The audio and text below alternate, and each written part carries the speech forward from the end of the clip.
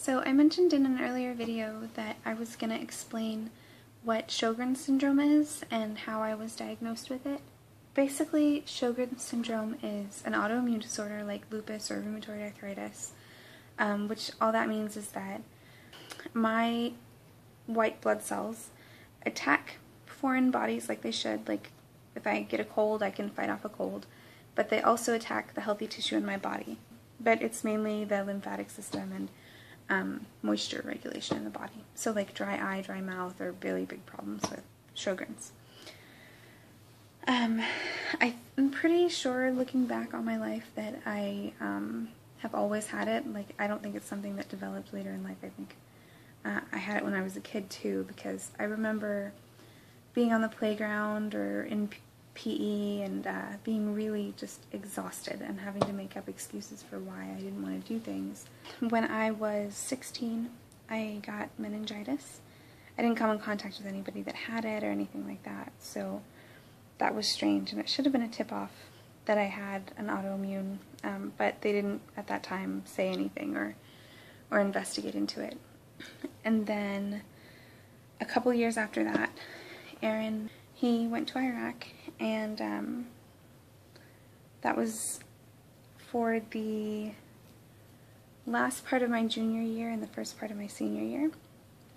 So when I had started my senior year and Aaron was overseas, I started to get extreme headaches every single day right when I woke up. So my daily routine was wake up, take 2 Excedrin migraine, go to school, first period is fine. During second period, every single day, about the first 15 minutes of class, I would get a nosebleed. And they seriously, I really think my teachers and my, peers thought that I was snorting something. Because, I would probably think that if somebody got a nosebleed at the exact same time every single day in class. But yeah, and I was having extreme fatigue, like to the point where I was taking naps. In the middle of the day at school, I would ask to go to the nurse so I could take a nap.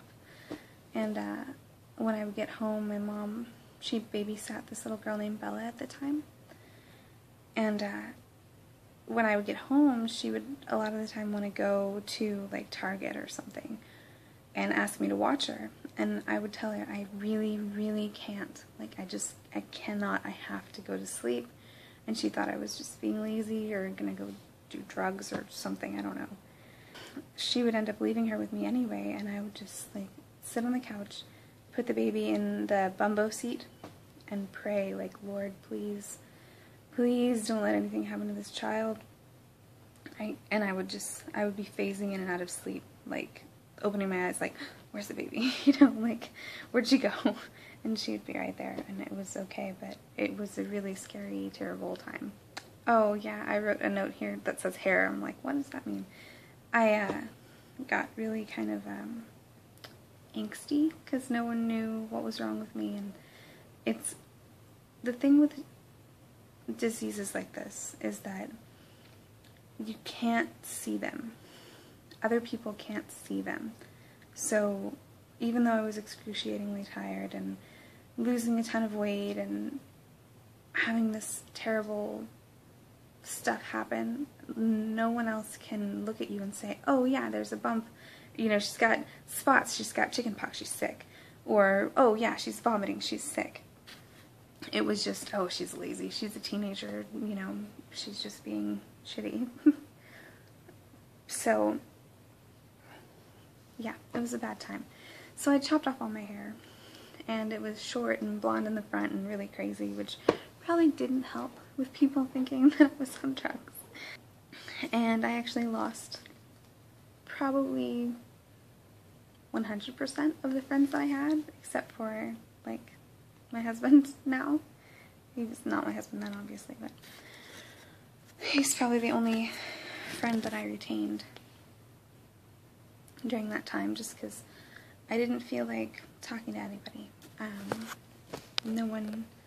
I didn't even understand what was going on, so I couldn't really help anybody else understand it, and I tended to have like a really short fuse and a low tolerance for anybody else's problems, as terrible as that is.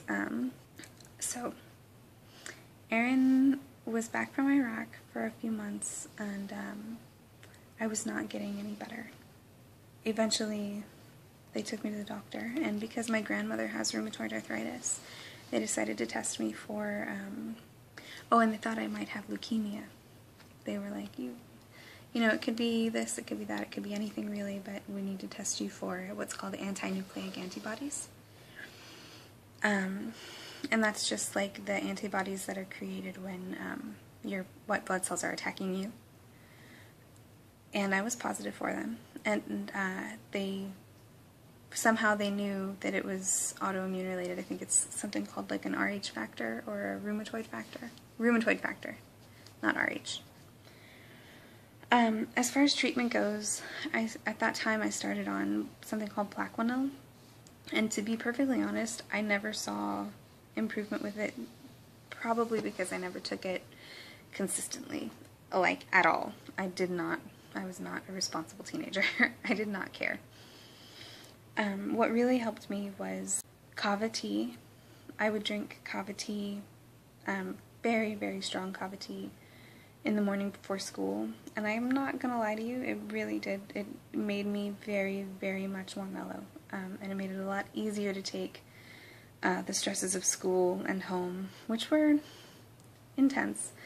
Having a boyfriend who had just come back from overseas, a family that loved me, and trying to graduate high school. Because when your family loves you, they don't want you to have a boyfriend who just came back from overseas.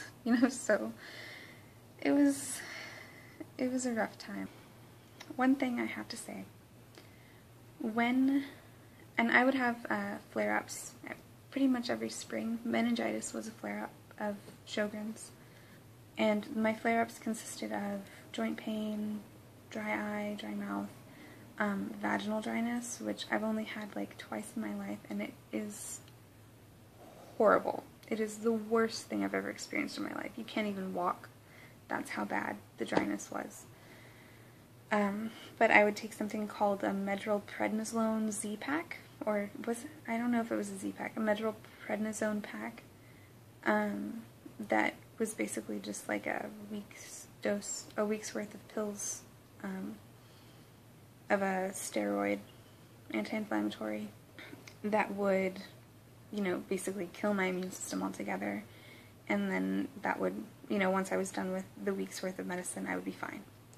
Still have some problems, but not have a fever of 104 or higher. So my last flare-up was right before I got married. And I believe, personally, that getting married to Aaron is the reason why I haven't had a flare-up since. So it's been 2.5 years since I had that flare-up on the week of my wedding.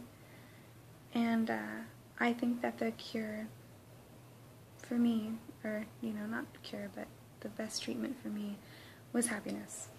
I got out of my parents' house, not that I don't love them, because I do completely adore them, but being 18 and living with your parents and being in love with someone and wanting to get married is a very stressful thing. So when I actually got married, it all stopped. And I have dry eye and I get dry mouth, but I haven't almost died in like 2.5 years, which is really good. So happiness is the best treatment for anything, but especially if you have an autoimmune disorder like Sjogren's. I also wanted to touch on the risks in pregnancy. Basically, if you have Sjogren's, you are considered a high-risk pregnancy.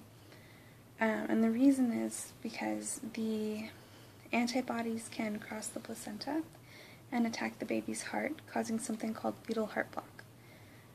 The risks are not extremely high, but it's not like if you have Sjogren's really bad, then you're at really high risk. Or if you don't have Sjogren's that bad, then you're not at a really high risk. If you have the antibodies at all, if someone can say you have Sjogren's, then your baby is at risk.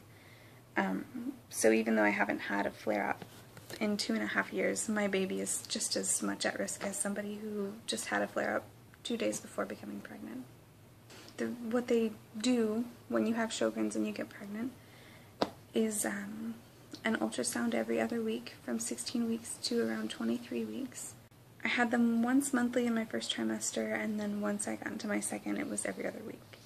And now it's every week since 32 weeks, which was last week.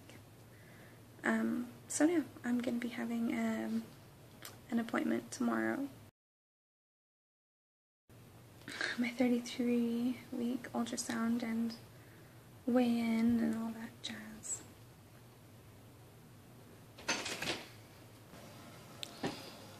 I was not recording before. Alright, get out of here. Go on. You're so silly. What is your vlog about? It's about Sjogrens and pregnancy. He's not gonna say anything, you can't hear him. He was gonna say something, No. and then you made him shy. Go do your laundry. I'll do your laundry. So yes, I'll be having weekly ultrasounds now, which I think is standard for all pregnancy, whether you're high risk or not. I'm really scared that they're going to induce me because I just got a new doctor for reasons I don't want to even go into. But he said that it's standard to induce anybody with an inflammatory disorder at 39 weeks. And my plan before was to